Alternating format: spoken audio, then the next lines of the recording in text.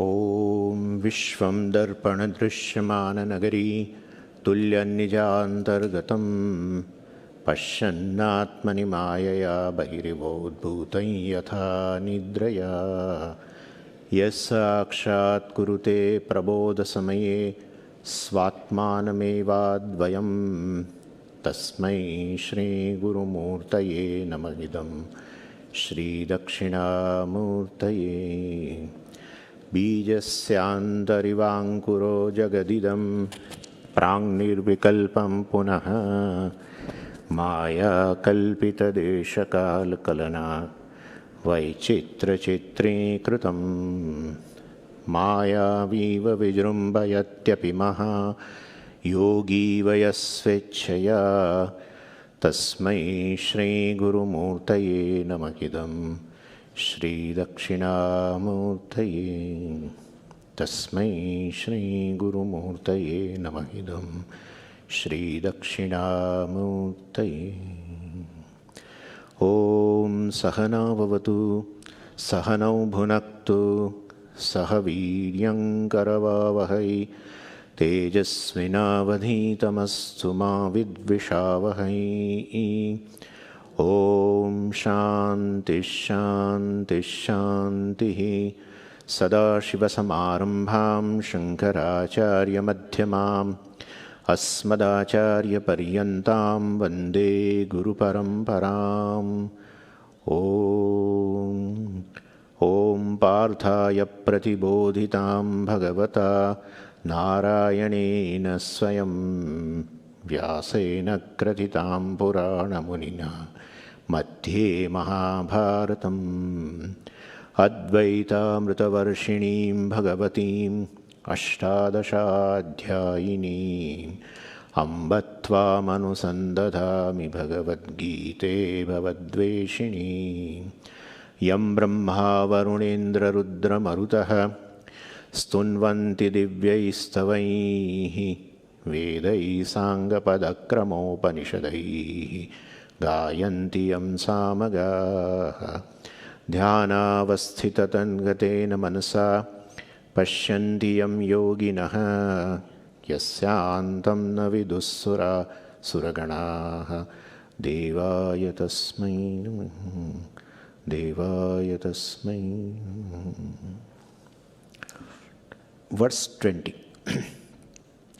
न प्रहृष्येत् प्रियं प्राप्य नोद्विजेत् प्राप्य च प्रियं स्थिरबुद्धिरसम्मूढः ब्रह्मविद् ब्रह्मणि स्थितः।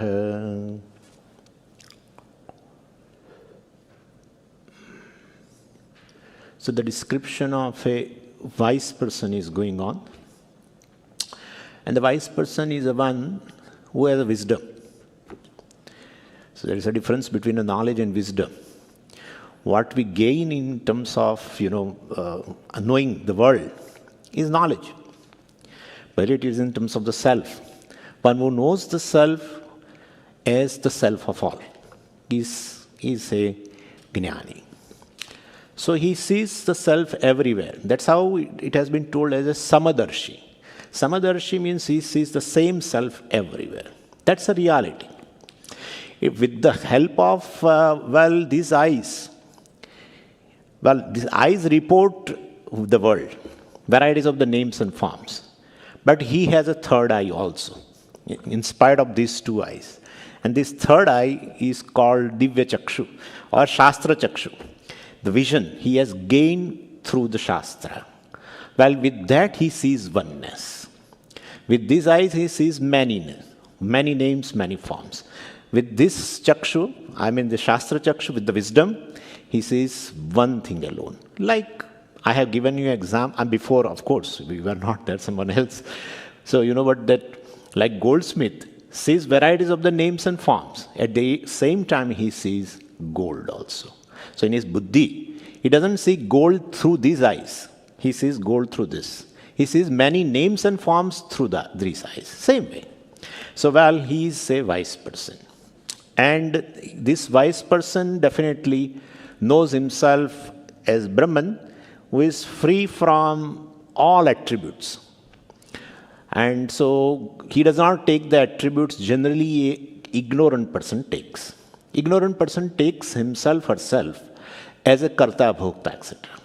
Well, he knows that actually the self is free from all attributes, including this kartrutvam, bhoktrutvam, doership, etc. And once he knows that, he is awake to his own nature, well, then he doesn't take himself as a karta, then he is not connected to any karma also. That's a law. When you are karta, you are connected to karma. If you don't take yourself as a karta, you are not connected to karma. And not connected to karma means all the kinds of karmas. He is free from sanchita also. He is free from agami karmas also. At the same time, well, he says that this prarabdha also does not affect me. Well, prarabdha does not belong to me. Prarabdha definitely belongs to ahankara, ego. Well, and that ego will continue because the body also will continue. Body and that ego, etc., which is definitely due to prarabdha karma, which is Ishvara Srushti. Karma Phala Data has given this body, and so far as the body is there, well, the ego also should be there in order to experience pleasure and pain, definitely, because it's a part of prarabdha. So both the things continue. But his ego is an enlightened ego, we should say, because he knows that, well, I am not ego or I am not jiva, I am not ahankara, but I am basically a Brahman, which is even a witness of the ahankara. So definitely, and that part, so this knowledge cannot remove Ishvara Srushti, definitely. There are two Srushtis in which we do Vyavahara, transactions. One Srushti which we create, and we create our own body also and do transaction, that is dream world. And that is very subjective creation. That is available for your experience. The other creation is this Ishvara Srushti, in which Ishvara has given the body. I have not created the body. And therefore there should be identification with the body also in order to experience also. When you don't identify with the body, there will not be any experience. Whether it is an unconscious state or whether it is a deep sleep state, when you don't identify with the body, there is no more experience of a pleasure or a pain. And therefore, in order to experience pleasure and pain, which is a part of prarabdha, well, one has to have an identification with the body, which will not go away with the knowledge. I am preparing ground for this verse, actually. So this thing will, Ishvara Srushti will continue, which is the difference between a Jiva Srushti and Ishvara Srushti is this. One is available for one's own experience, other is available for experience of all. So Ishvara Srushti is one which is available for experience to all. Jiva Srushti or the dream world, etc., is it's only available for experience to me, to the Jiva, to an individual. Whoever creates will experience, definitely.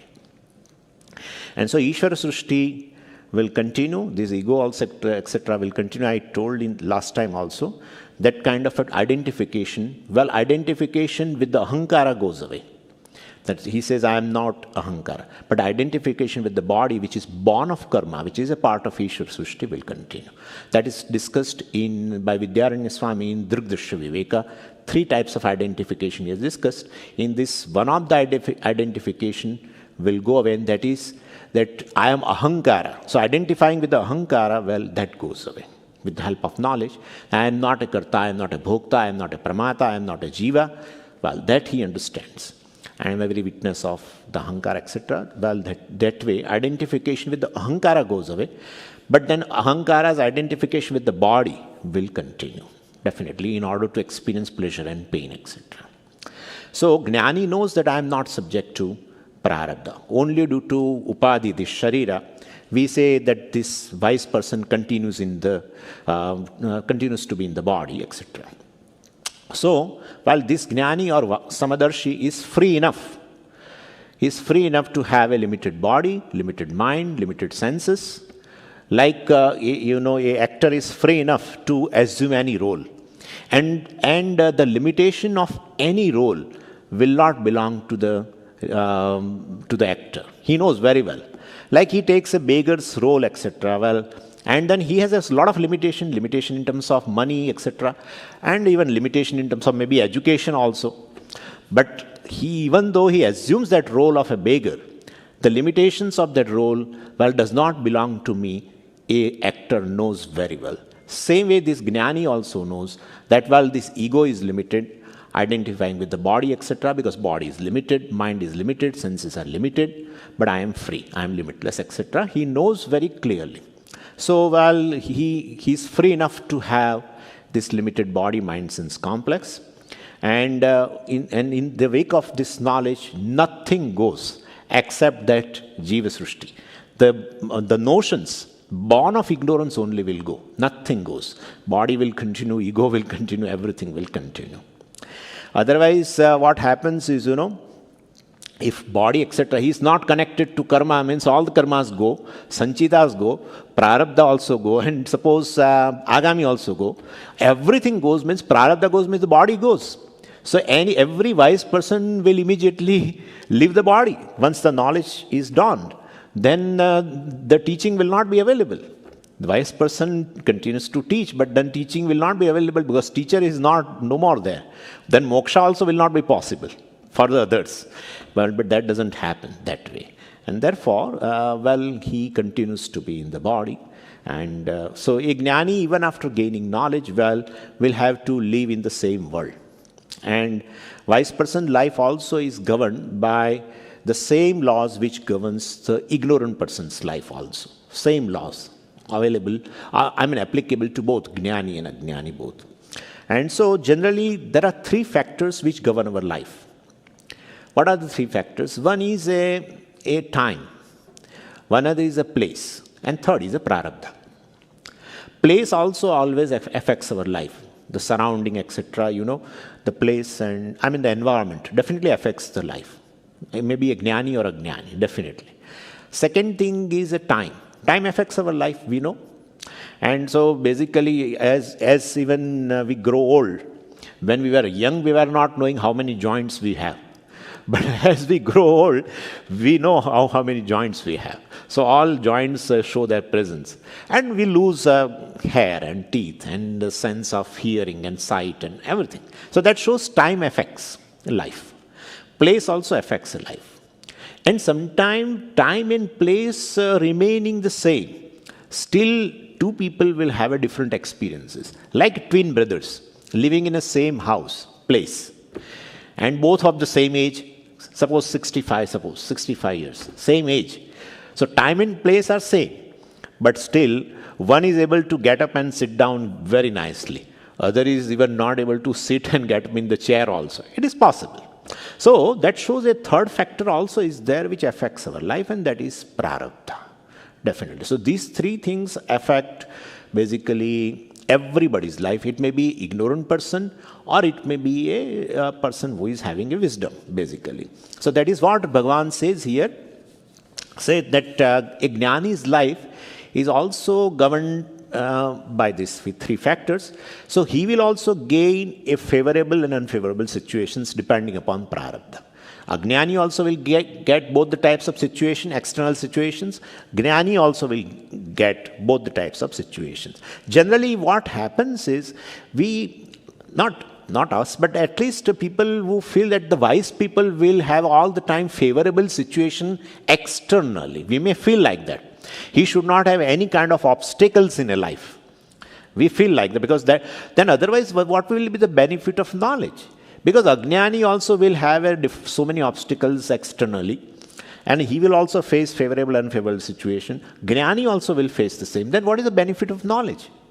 What is the benefit of becoming wise? So the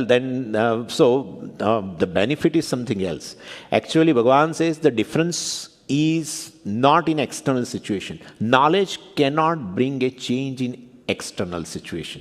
Knowledge can only bring a change in a response to the external situation. That's the only difference. That's what Bhagavan says here.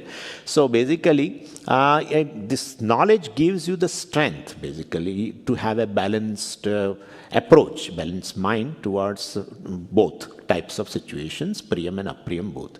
So that is what has been told here. That is the benefit of Atma Jnana. And so priyam prapya. First it says priyam prapya. Priyam prapya means, well, definitely Jnanam the Jnani basically will gain a priyam means favorable situation, prapya means labdva, he will gain a favorable situation. And so when prarabdha is fine, he will get a good bhiksha, etc. And people will admire him, etc. All this is possible. And therefore, if you ask a Jnani, why are you having a good bhiksha? He says, good prarabdha. So this is all prarabdha. And therefore, this kind of situation will come, but he is not carried away. Proper response to such situation means he is not carried away. He is not hooked to, basically, by those kinds of experience, because he knows these things are going away. The place where he is now will not be there all the time. Time also is constantly moving, right? Kalayati iti kalaha. That's how in Sanskritam they call kalayati iti kalaha, which counts. Time itself counts, constantly counting itself. And so it is going away. Prarabdha also all the time, new prarabdha is unfolding all the time. So, a favorable situation has come to my life is depending upon all these three factors. Will go away because it is constantly under change. And therefore he is not hooked to. His response is that he is not hooked to basically such situation. It doesn't mean that he rejects them. It's not that he becomes unhappy when favorable situation comes. Somebody translated like that. So he becomes happy. He becomes unhappy when favorable situation comes. That's not true. That's not true. He doesn't reject it. He becomes happy also in a favorable situation, but he is not hooked to that. He is not dependent upon that. There is a reason for that actually. So, and when the such situation will go away, favorable situation will go away, he does not feel vacuum. That is the thing. So, priyam prapya, apriyam prapya now. Apriyam prapya. When anything which is, any unfavorable situation comes, he is not troubled. He does not get upset with the situation, definitely. So, it's not that he becomes happy when unfavorable situation comes. But at the same time, he is not unhappy also when unfavorable situation comes. That's what I want to convey. So this is his response. He does not become unhappy when unfavorable situation comes. And therefore, so apriyam prapya na udvijet, etc. So he's not troubled. He does not become upset with. Now, here three things have been told. We'll have to see that. Actually, it is pertaining to a little grammar kind of a thing. Bhagavan has used word prahrishyet and udvijet, etc. So this wise person, Bhagavan has used the word for a wise person, sthira buddhihi. I will explain that. Sthira buddhi means who has a firm knowledge. Sthiram means a firm. Buddhi means knowledge. Who has a firm knowledge regarding the self, that Atma is Brahman, etc. Such a person does not na prahrishyet, does not rejoice. He does not get elated, etc. But here prahrishyet is a form of a word which implies a mandate, actually. It's a mandate kind of a thing. Wise person does not have any mandate, in fact. Nistre gunne pathi vicharatam ko vidhi ko nishedah. So he does not have any kind of a mandate. So then why Bhagavan is using as a mandate kind of a thing? Is a verb which is indicating a mandate. Means it literally the translation will be, may he or she not become elated. May he or she, as if Bhagavan is cautioning him that if he rejoices in such favorable situation or he gets elation in such situation, then he may lose his knowledge of Brahman, etc. That is not the criteria here. So, because see, his or her fullness definitely, which pertains to the self, definitely will not go away, because that is his nature. His fullness is not dependent upon any external situation. If it is dependent upon external situation, will go away. But that is himself. The fullness which is not dependent upon any external situation, which is the nature of oneself, will not, and if he is aware to that, that is how his wisdom is. And therefore, there is a question of losing it.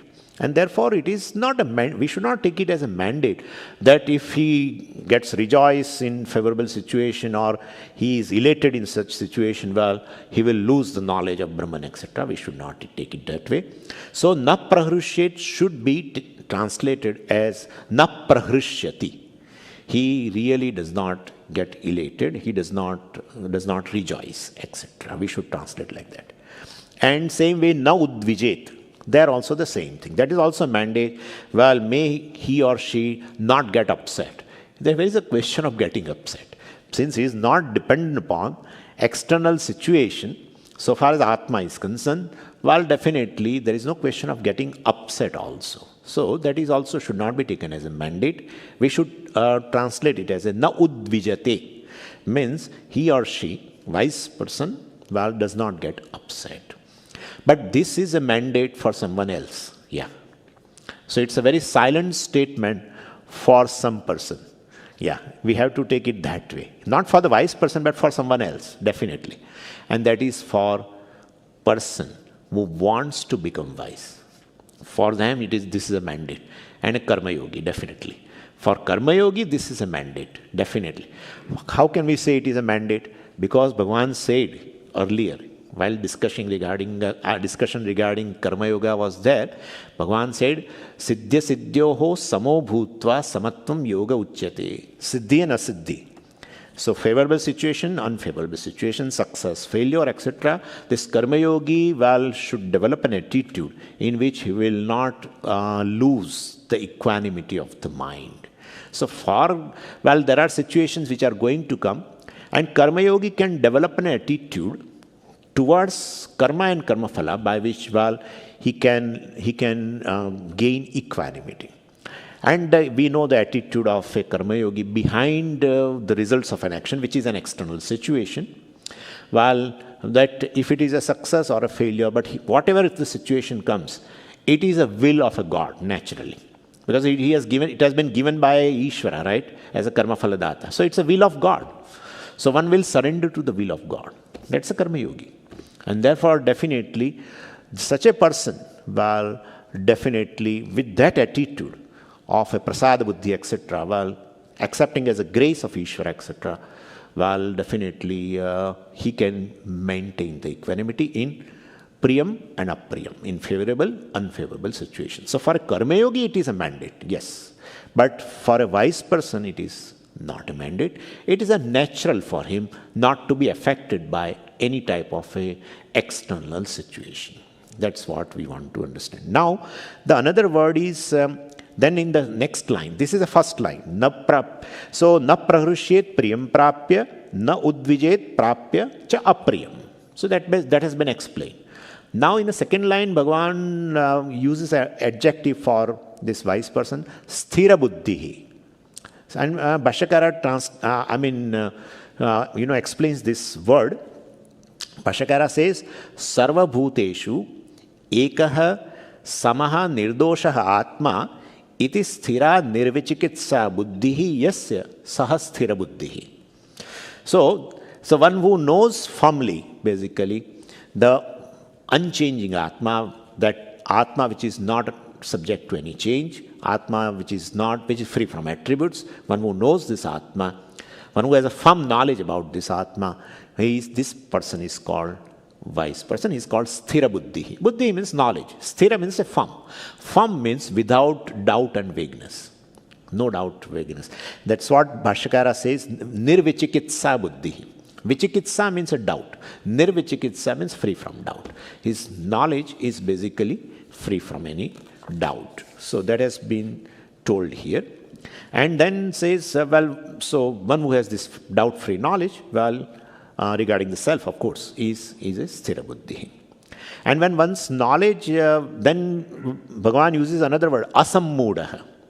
So when one's knowledge basically is free from any doubt, definitely the person will not have any kind of a delusion also. So sammudaha means the one who is deluded. Asammudaha, who is not deluded.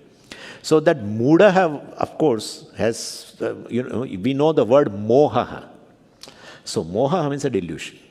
So mudaha means who is deluded. Sammudaha means who is deluded. Asammudaha, who is not deluded.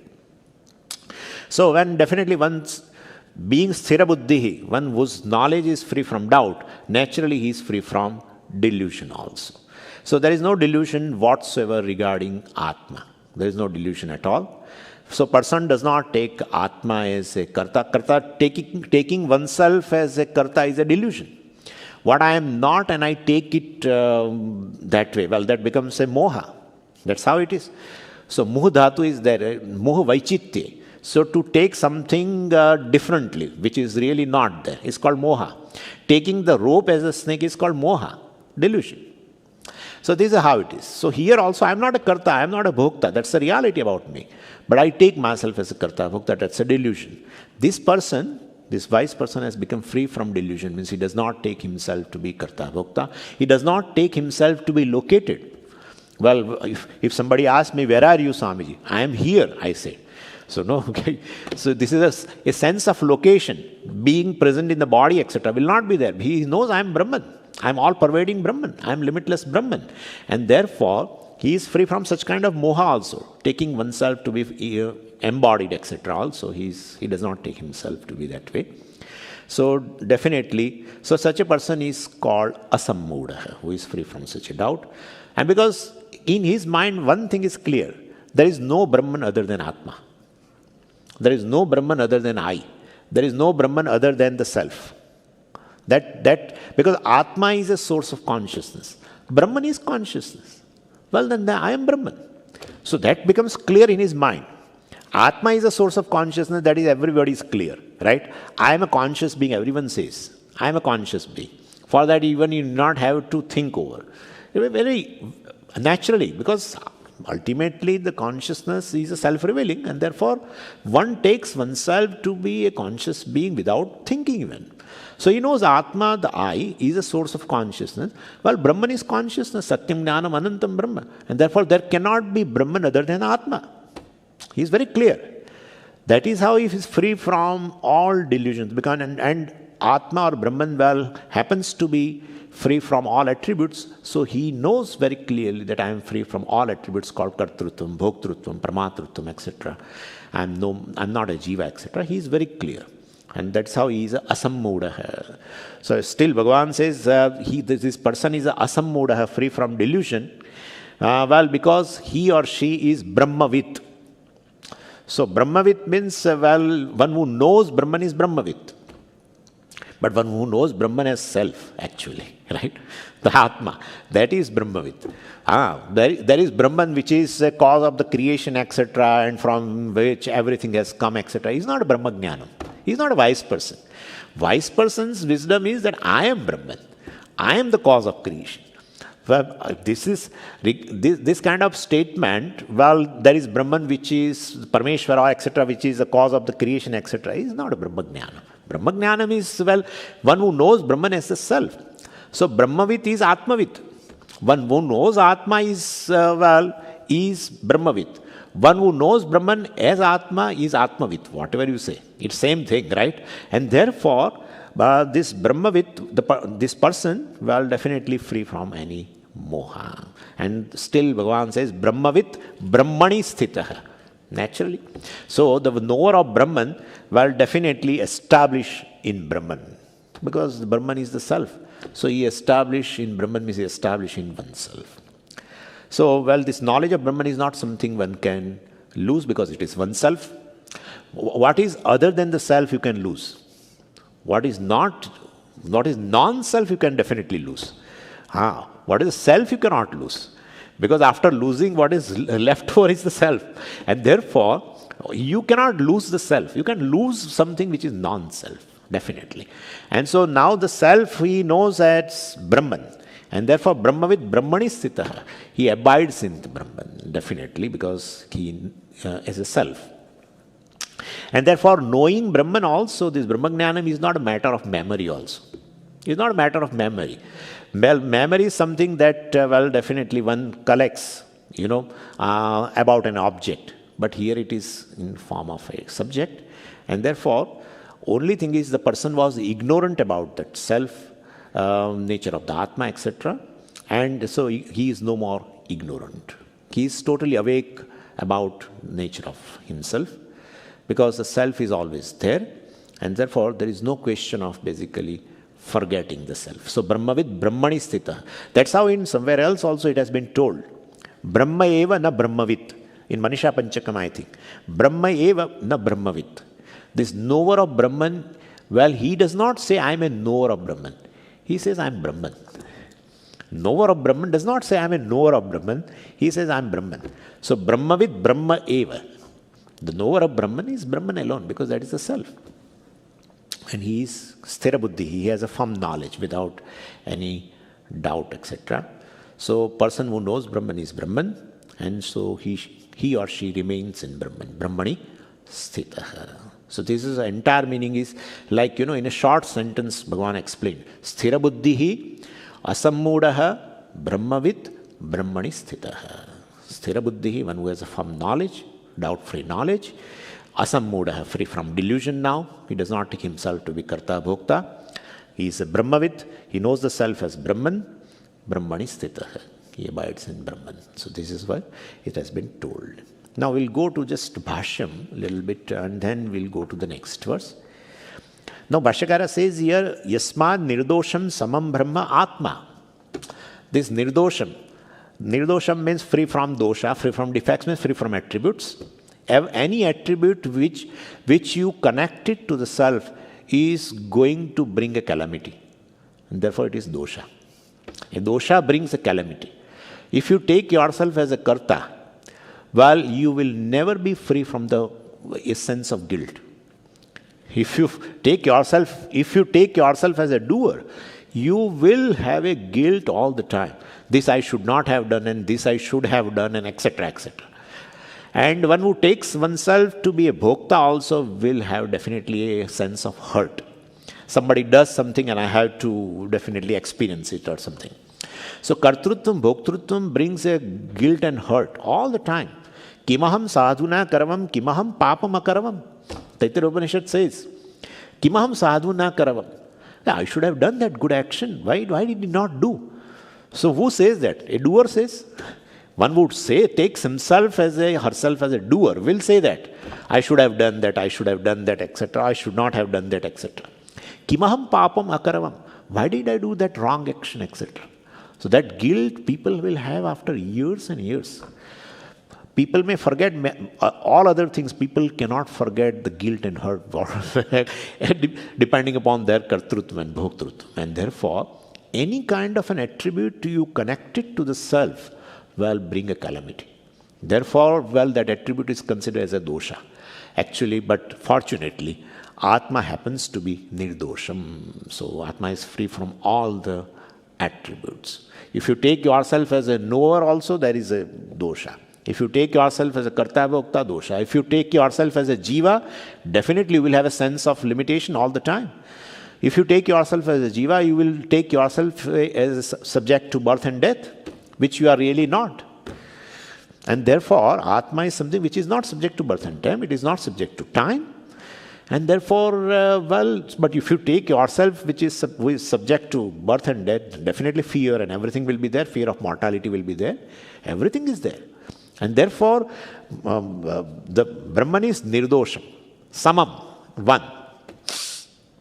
One Brahman which is the reality of every name and form, which is free from all attributes. Definitely. Names and forms have attributes. Definitely.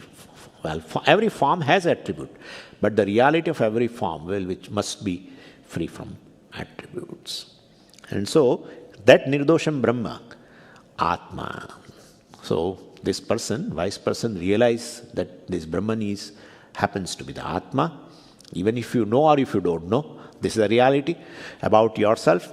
If you know, it is in your advantage. If you don't know, it is definitely there will be Puja Swamiji calls it as a born loser, naturally. So and the loss is a loss of infinite, because Brahman is infinite and you don't know. And so basically the loss, not knowing that self as Brahman, there is a loss of infinite, in fact. It's an infinite loss. So anyway, so it says here, Na praharshet, this Brahman happens to be Atma and he knows it. And so Bhashyakara now introduces this verse. Since this is so, he knows as a self, Na praharshet, Na praharsham kuryat, priyam ishtam prapya labdva. Well, basically, he does not rejoice, he does not get elated. Here, kuryat, we have to take it as a karoti. So, Praharsham karoti. He does not get elated. Priyam, ishtam prapya. Unfavorable something, which situation which he gains as per the prarabdha. Prapya, labdva. He gains it, well, but he does not rejoice, he does not get elated. He does not break the ceiling. Then Puja Swami says he breaks the ceiling by jumping, if such situation occurs. So, na udvijet, prapya, evacha apriyam anishtam labdva. Anishtam labdva. By gaining something unfavorable, well, he does not even feel troubled. He does not feel upset also with this. And he knows because they are going to come. And we know also for sure, it may be Avatara or it may be any Mahatma. Both the types of situation you will find in everybody's life. And so so basically their attitude is, agate swagatam kuryat, gachantam na nivarayet. So this Bodhisara says, agate swagatam kuryat. Well, when they arrive, such situations come, swagatam kuryat. Okay, welcome. Gachantam na nivarayat. Oh, we are going. Situation says, we are going. Okay, go. So that is how it is. Anyway, so he knows very clearly this is due to prarabdha. All these things will come. Okay. Then says, Deha matratma darshinam hi priya apriya prapti. Priya apriya prapti is Deha matra atma darshinam. Well, definitely for those who are totally identified with this body, etc. And for them it is priya priya prapti, this favorable unfavorable situation. Priya priya prapti means basically their response will be in accordance with the priyam and apriyam, getting elation or getting upset, etc. Harsha vishada sthane. So this priya priya prapti, favorable unfavorable situations will become a cause. Sthanam means cause here. Harsha vishada sthane. So they become a cause for harsha and vishada. Become a happiness, basically elation. Happiness, he may also have little bit favorable situation, but elation will not be there. He doesn't rejoice into that situation, does not get hooked into. Anyway, so harsha vishada sthane. Harshascha vishadancha harsha vishade. Sthanam cha sthane. Then and then harsha vishadayoho sthane. Harsha vishada sthane. This is a samasa, this. So harsha vishada karane. Priya priya prapti, Bhashyakara says, harsha vishada karane bhavati. Definitely bhavataha. So this will definitely bring a harsha and vishada in any ignorant person's life. Na kevala atmadarshinaha. Deha matra atmadarshinaha. For the people who takes the self and body as the self, well, they will definitely get harsha and vishada when they gain favorable or unfavorable situation. But na kevala atmadarshina. The people who knows the self, devoid of all the three bodies, etc. Tasya priya priya prapti asambhavat. They will not get elation or dejection in the such situations.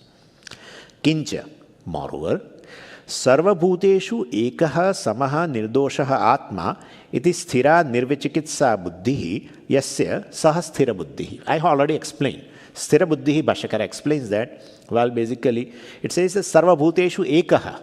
Samaha. Samaha means ekaha. Nirdoshaha atma. Well, in all the living beings, basically, this one atma alone is the reality, that is essence. It is sthira. Nirvichikitsa. Vichikitsa, doubt. Nirvichikitsa, free from doubt. So that is called sthira, steady knowledge, which is free from doubt. Buddhihi, yasya. One who has that, saha sthira buddhi. Such a wise person is called a sthira buddhi. Asammudaha. Well, and then free from delusion. Sammoha varjita, devoid of sammoha, devoid of the delusion. Jasyat yathoktaha. With such a wise person who has been under this discussion, Brahmavit, he is a Brahmavit, he is the knower of Brahman, Brahmani sthitaha, he abides in Brahman, he knows the Atma as Brahman, and therefore he abides in definitely the Self as Brahman. So Brahmani sthitaha. Akarmakrut. Akarmakrut. Akarmakrut means he knows himself as a akarta. And by knowing as akarta, he has become a sannyasi. Sarva karma sannyasi. So basically, Sarva Karma Sannyas, because this is a chapter of a Vidvat Karma Sannyasa, right? And so, by Jnanam, everybody can become a sannyasi. One need not have to change the ashrama. Sarva Karma Sannyasi means one who knows oneself as Asangatma, not connected to any karma because I am a karta. If I am a karta, I am connected to all karmas, prarabdha, sanchita, everything. If I know that I am not a karta, which is a reality, well, I am not connected to any karma. So I have given up as the all karmas. That's sannyasa. That is the sannyasa. So this is a vidvat sannyasa. By knowledge, one can be any stage of life. One can become a sannyasi, sarva karma sannyasi, knowing the atma as a sangha, etc. That's what Bhashyakara also says here. Akarmakrit. Well, karmakrit. Karma karoti iti karmakrit. And na karmakrit, akarmakrit. Well, he doesn't do any karma because he knows, well, he is akarta, atma. And then says, kincha brahmani sitaha. Well, for such a wise person, we have to tell you some more things also, which is very, very interesting. And well, we should understand this person also in terms of happiness, which is really the goal of life, Otherwise, this knowing Brahman is how come this knowing Brahman is a goal of life? I am not interested in knowing Brahman. My pursuit in life is, well, definitely a pursuit of happiness.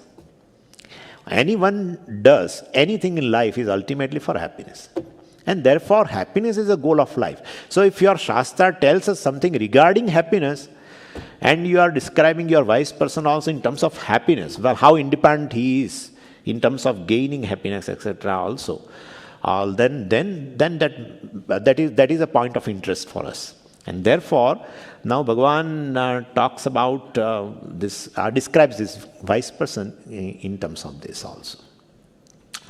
Bahya sparsheshva saktatma vindatyatmani yat sukham sabrahma yoga yuktatma sukhamakshayam ashnute. So it says here, well, bahya sparsheshu asaktatma. The two lines, let me first talk about this verse.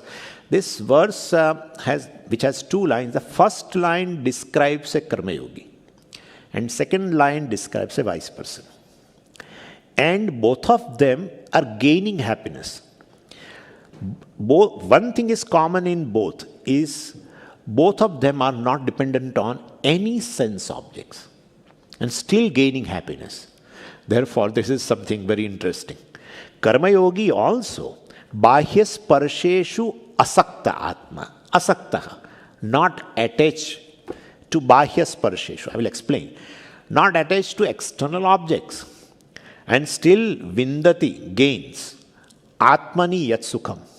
Still gains happiness. So, it seems that there is a possibility in this world to be happy without depending upon sense objects. So, in gaining happiness, still you can be independent. That is something really a matter of interest for us. So, Karma Yogi, first line describes about Karma Yogi who gains happiness without depending upon external objects. We'll discuss how it is possible. Second line describes Jnani. He is also not hooked to external objects. External objects do not become instrumental in bringing happiness in this person's life, and he is still happy all the time. Means we'll have to analyze that both of them, either a karma yogi or a jnani, can gain happiness, which is a pursuit of everybody's life ultimately, can become happy without without depending upon external objects. And we'll discuss that. So, before that, I will go in the verse, few things are there, and then I will discuss independently. Of course, even though both of them gain happiness, one gains happiness which is relative. Karma Yogi gains happiness which is relative, And Jnani gains happiness which is not relative, which is absolute.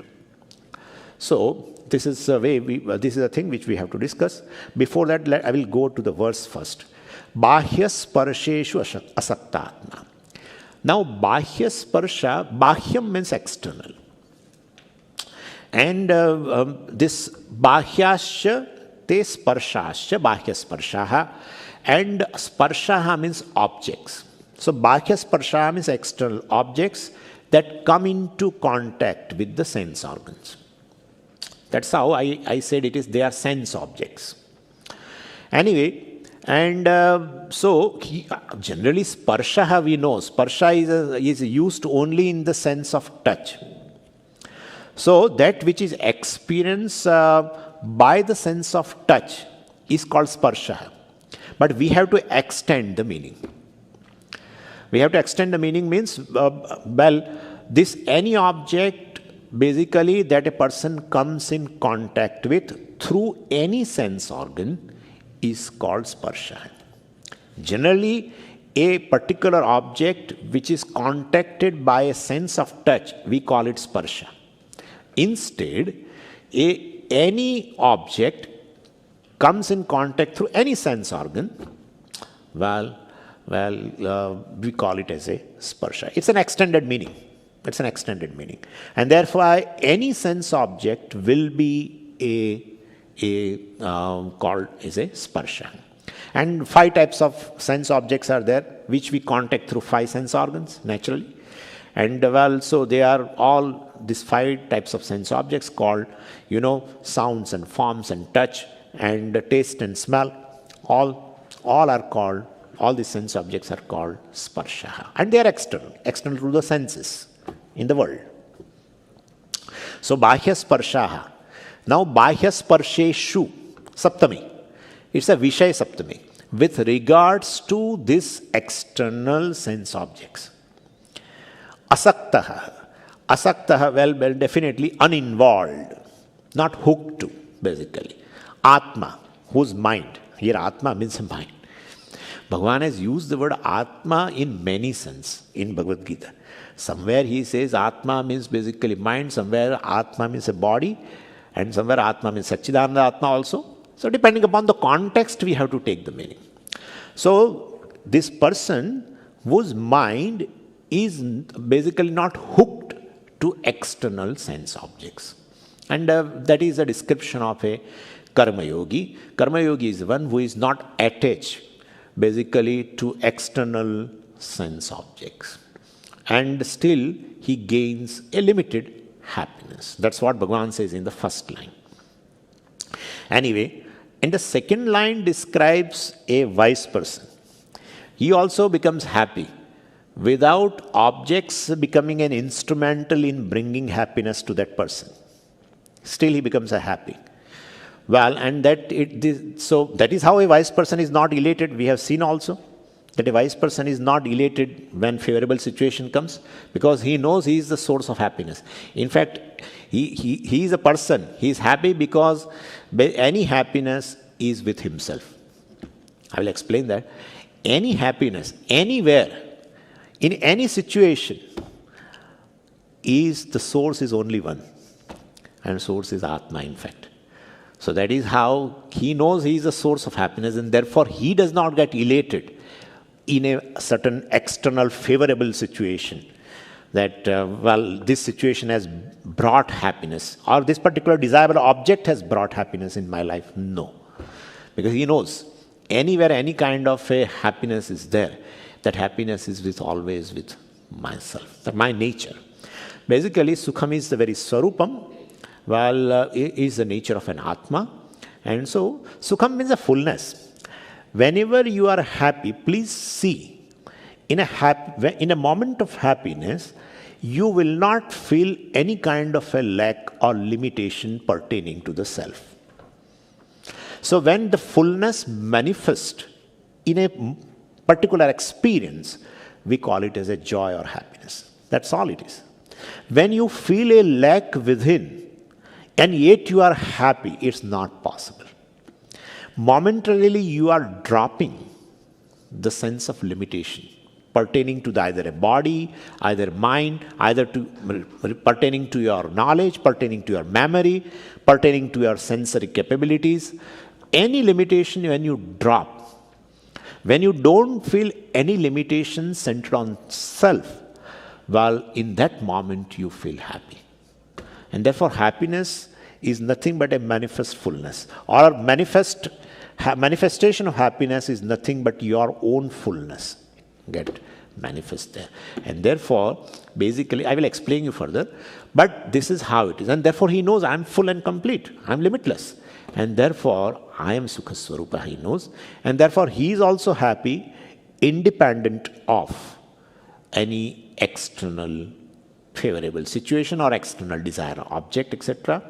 So, the external objects cannot become a instrument in his case. Also, he gains Sukham, which is Akshayam. Akshayam means basically, Nakshayati, iti Akshayam. So, his happiness does not wane, because that is self, right? That is oneself, one's own nature, and therefore it does not wane. Nature will not wane. You cannot say, the Swamiji, that heat in the fire has waned or has decayed. Cannot be. Cannot be. You may go away from the definitely fire, and so you feel less heat, etc. That's true, but the fire, the heat and the fire goes together. There will not be any degree in the heat of the fire. That degree of heat, etc., if you feel, that's due to some obstacle. You put something in between a fire and yourself, then you don't feel hot. That is possible. But the fire means heat, and heat means fire. Same way, if my nature is fullness or limitlessness, well, that limitlessness cannot decay, it cannot go, it cannot come, etc., etc. We'll see that. Anyway, so two types of sukham are described here. One is a relative sukham gained by the karma yogi. Other is an absolute sukham, which is in the form of a nature, one's own nature, gained by wise person. Wise person's gain is in terms of knowing oneself, definitely. It is not in terms of gaining. Any gain will result into loss. And therefore, this gain is in terms of knowing oneself, definitely. He knows that I am Sukha Swarupa. In any moment of happiness, by anybody at any time, at any place, the source is the self. There are, they always say, the source of existence is always the self, Brahman. The source of consciousness, the source of revealing everything is also the self. And the source of happiness, the fullness, is also the self. That is the nature of the self, in fact. And therefore, whenever you see something existent, you have to, definitely, immediately appreciate that the existence is due to the existence of Brahman or the self. When something is illumined, you have to immediately, appreciate the consciousness is there, definitely. Without consciousness, you cannot say anything is revealed. Anything is revealed, Atma is already revealed. Even you say you don't appreciate, etc. You don't say you don't appreciate, still, without consciousness, nothing is revealed. Nothing is existent. And same way, anywhere the manifestation of this consciousness as limitlessness, fullness, that which we call happiness, also we have to immediately appreciate the Atma is present there, right? And so he knows the source of happiness is the self, basically. So any happiness anywhere is with myself. And therefore, he is happy because he knows himself as a happiness, etc. Anyway, now I will discuss both the things here. How Karma Yogi gains happiness. That's a really fantastic thing. How Karma Yogi gains a relative happiness, how it is possible. There are two sources of a happiness in a transaction. One is a usual way of gaining happiness in transaction is, you fulfill your likes and dislikes, through karma. Basically, what happens is, in a person is, due to ignorance of the self, one person will have a sense of limitation, a sense of lack within, that gives rise to a desire to get rid of that limitation. And that desire, in order to get rid of that limitation, and I have to fulfill the desire, and therefore I have to do karma. Through karma, definitely I gain a desired result, and thereby I will definitely get rid of a sense of limitation. So this is a usual a order. We call it self-ignorance leads to kama. Kama means the basic likes and dislikes, and that, you try to fulfill through karma. And when you do karma, you get a desired karma phala, and then you experience that and become happy. This is one way of doing. Now, in this process, one is a self-ignorant, all right, but definitely he is trying to gain some external object, sense object, and a desired object, and he tries to become happy. In this process, basically, what happens is the happiness is very uncertain, one thing, and the happiness is very, very, let us say, kshanikam also, very momentary also. Because if you get a desired object all the time, not possible. I have a lot of desires, and to fulfill desire, I do a lot of karmas also, but I will get all the time desired result. No, that's not possible. And therefore, in such a process, if you desire an external object, sense object, and try to become happy, there are chances of failure, definitely.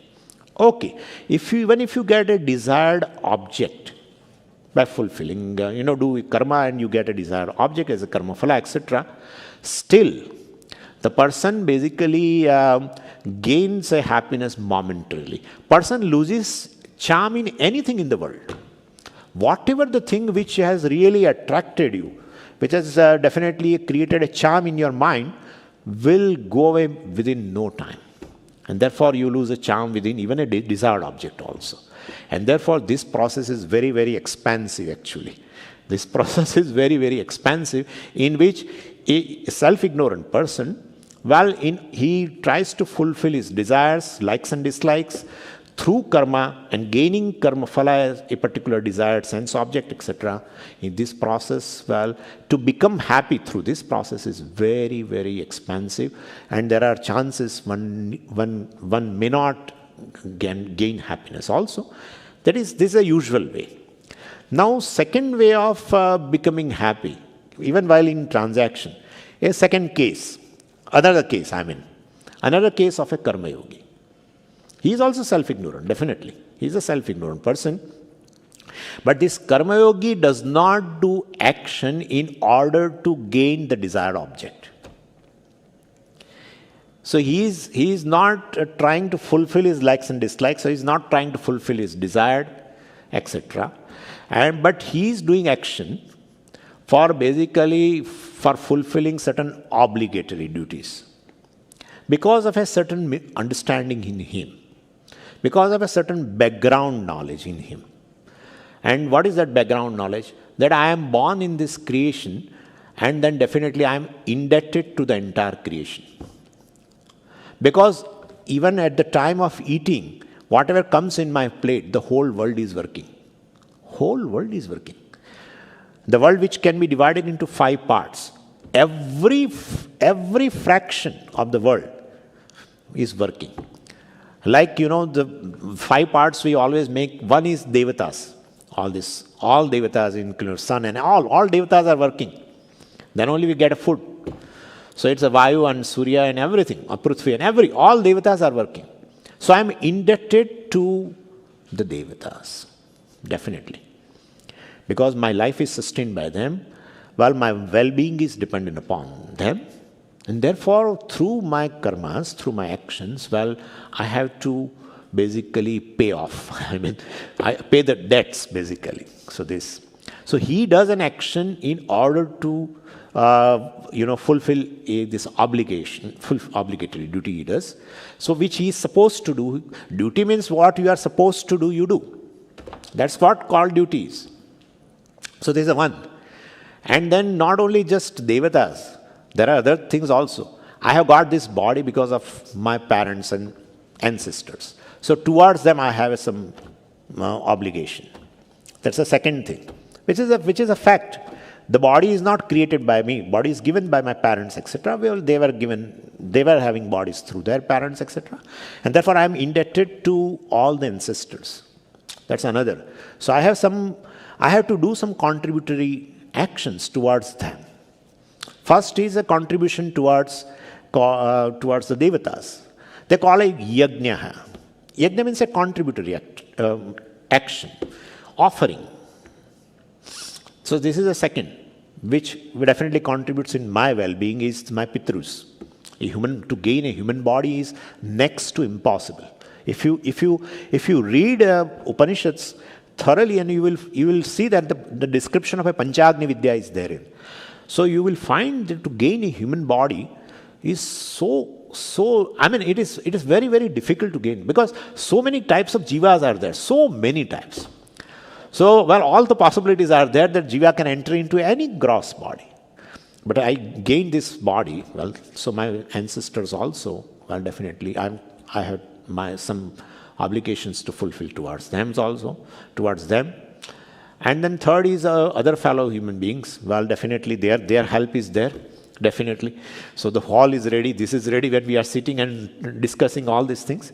Many people have done a contribution. And this is third thing. Fourth is other living beings, right? There are some, we call them as, some scavengers, etc. They clean several things. Some dead bodies are there. Within no time, everything is clean.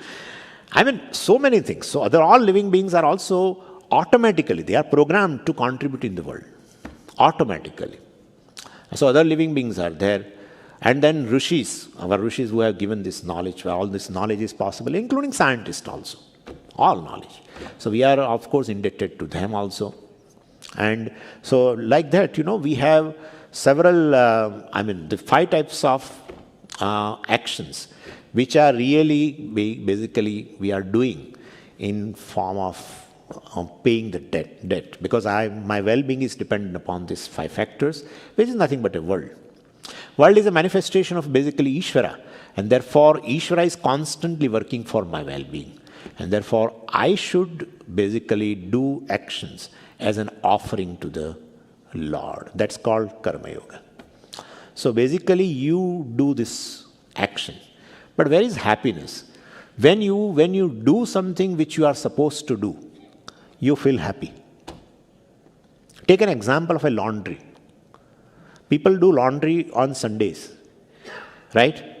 Now here, while doing laundry, you are not definitely enjoying your desired object. In fact, you are toiling. But somehow, once that laundry is over, done, and you are sitting now in a living room, you feel inner satisfaction. Why? You have not enjoyed any object. You have not fulfilled any of your likes and dislikes, right? Something you want to keep it away and that is now has gone. Or something you wanted and that has come into your life. Nothing.